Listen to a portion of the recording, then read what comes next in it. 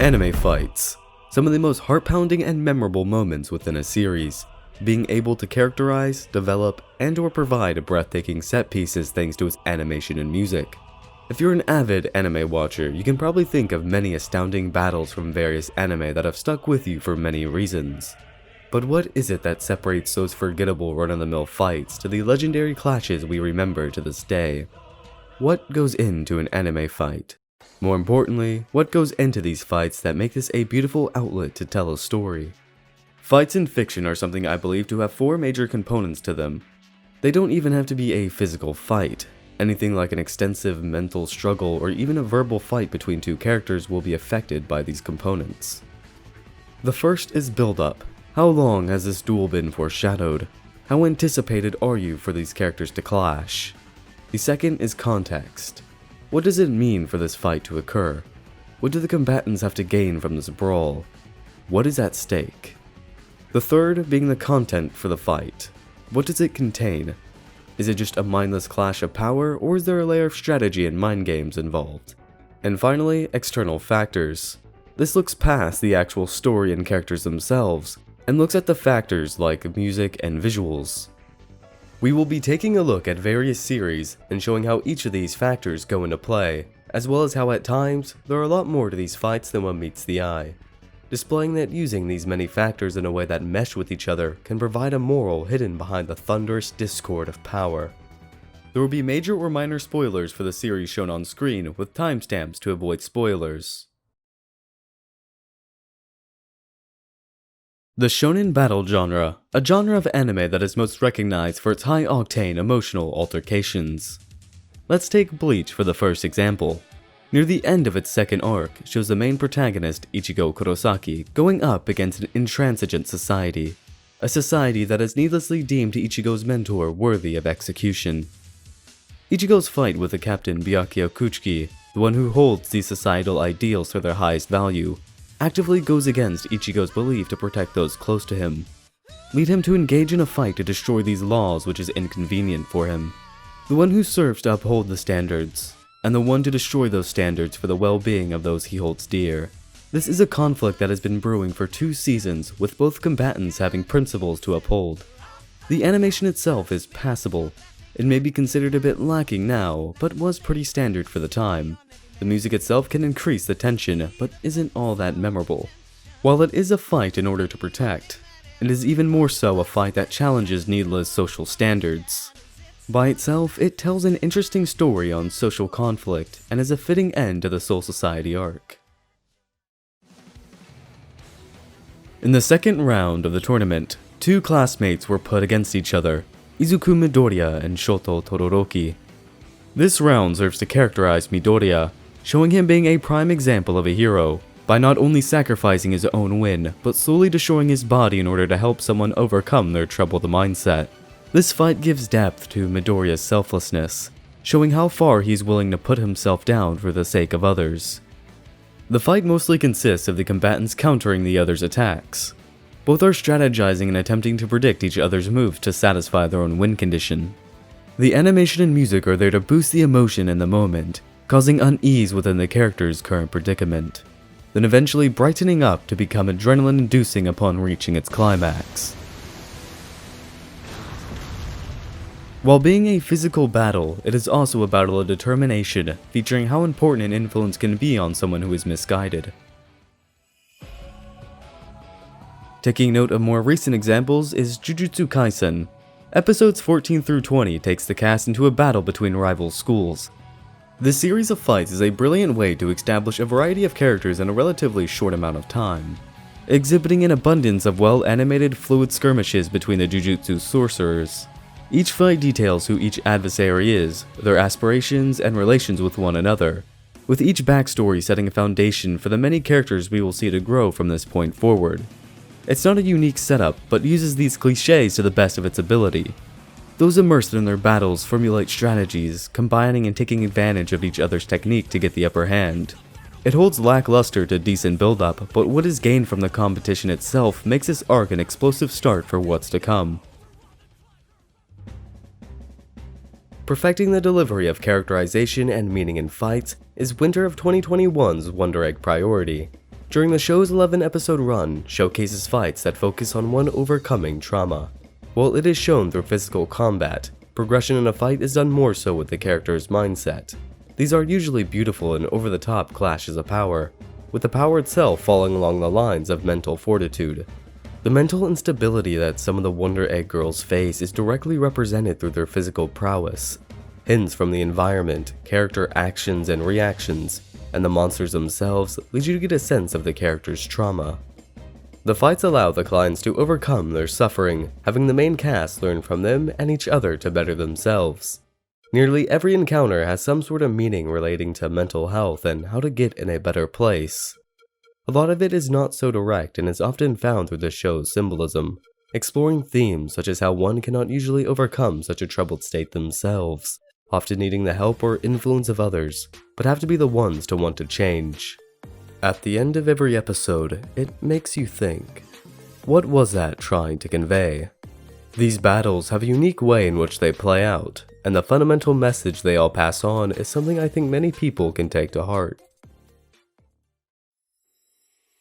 A one-of-a-kind philosophical series that has its fair share of fights, providing both spectacular entertainment value while adding to its narrative themes. No Kyoukai gives equal attention to how the fight looks as well as what it means for both combatants. One that centers more around the philosophy and development of its main lead is in the climax of its 7th film, Murder Speculation Part 2. Ryogi Shiki vs Shirazumi Ryo. While Ryo's antagonism has mostly resided within this film, the 1.5 hour build-up was more than enough to get a deep look into their conflict. This fight is the culmination of movies worth of development and chemistry built up between Ryogi Shiki, her philosophy, and her dear Kokuto Mikiya. After learning about the supposed death of the one dearest to her, the one who gave her a sense of purpose, sends our beloved main character into an outburst of which she can't overcome. Those she had faced before cannot be considered human, and if they were, she stopped herself. But this is the first time her knife severed the bond between body and soul. This was the moment she stepped across the empty boundary.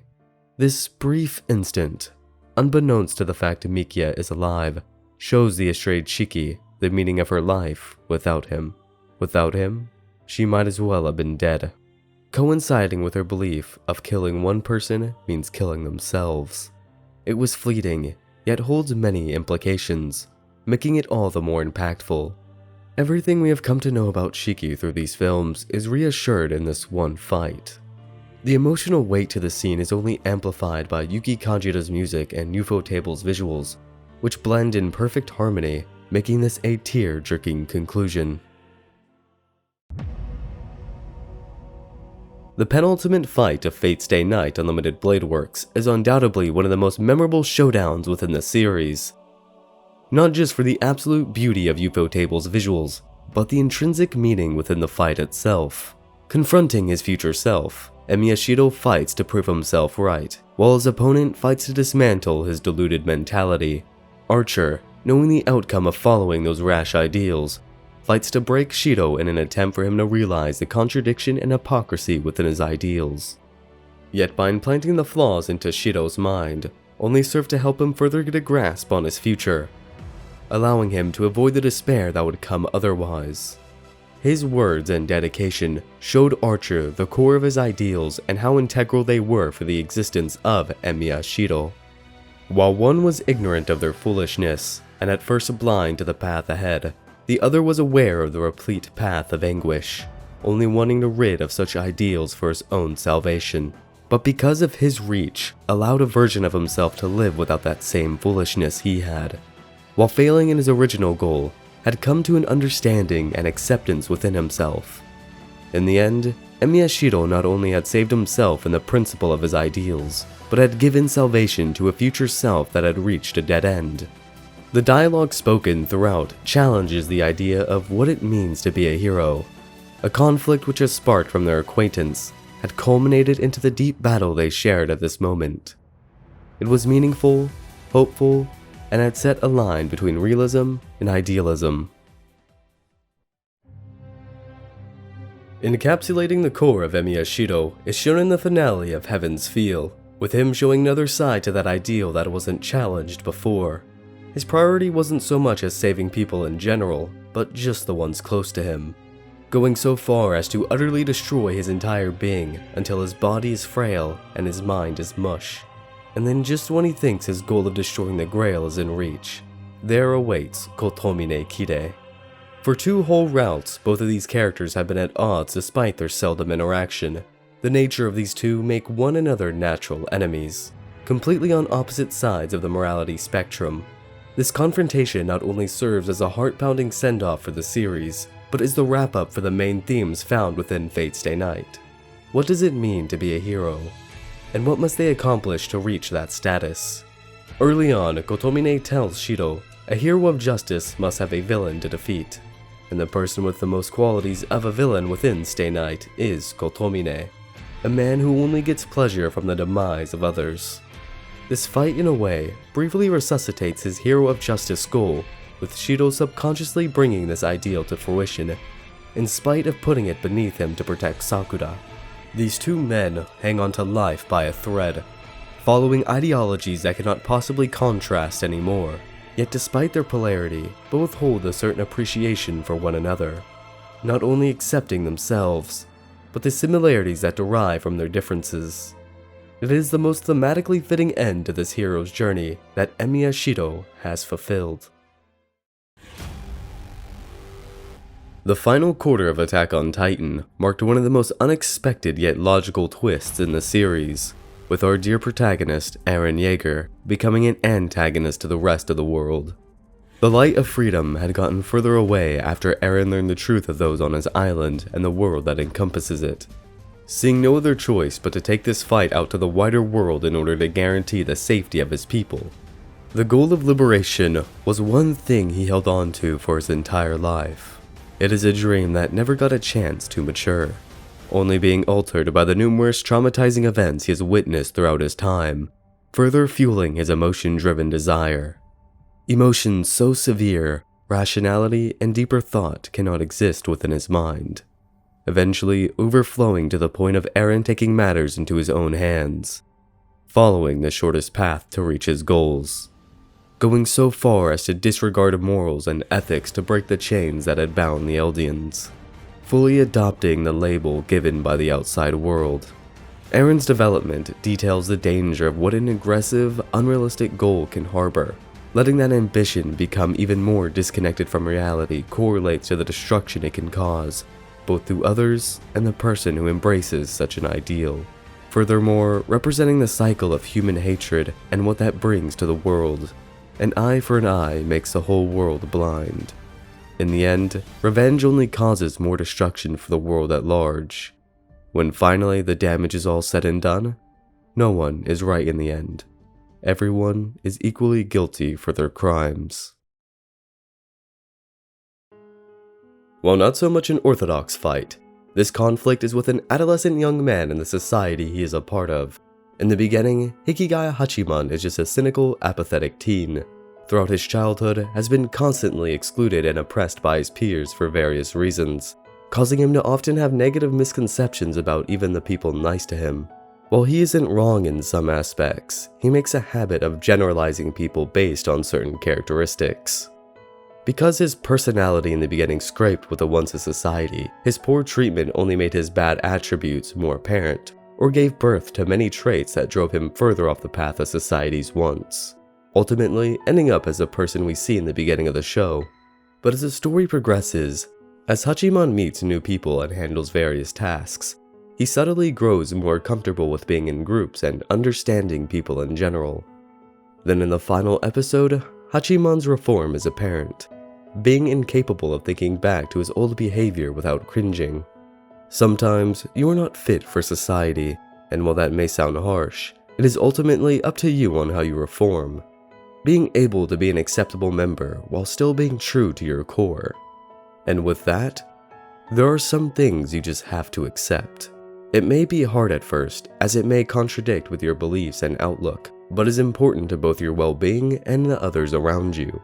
Actively avoiding society because of poor treatment will cause you to drift further away. While you may get a push in the right direction, you have to be the one to put in the effort for there to be a difference. which is something we see Hachiman doing subconsciously in the show's final season, something that his younger self would attempt to get out of at all costs. At that point, he has been assimilated with the rest of his peers. Hachiman's struggle goes in great detail to exhibit the workings of the social aspect of society, broaching its flaws, and also the necessities to be a part of it. In a way, Hachiman lost to the greater society, with a lot of his views reshaping and him accepting and moving on from his mistakes.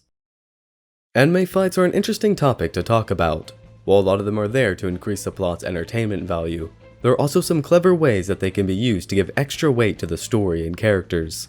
Whether it's characterizing a large cast, being a metaphor for something greater, or using the fighting conditions to tell a story of its own. Fights are an engaging way to deliver an important moral that is often obscured by exhilarating sequences, forcing you to put the pieces of the puzzle together to fully understand its existence.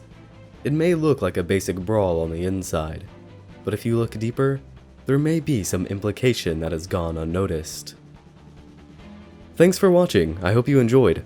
This was a more unique video idea I thought of and hope I did well at detailing everything about the fights themselves and what I got from them.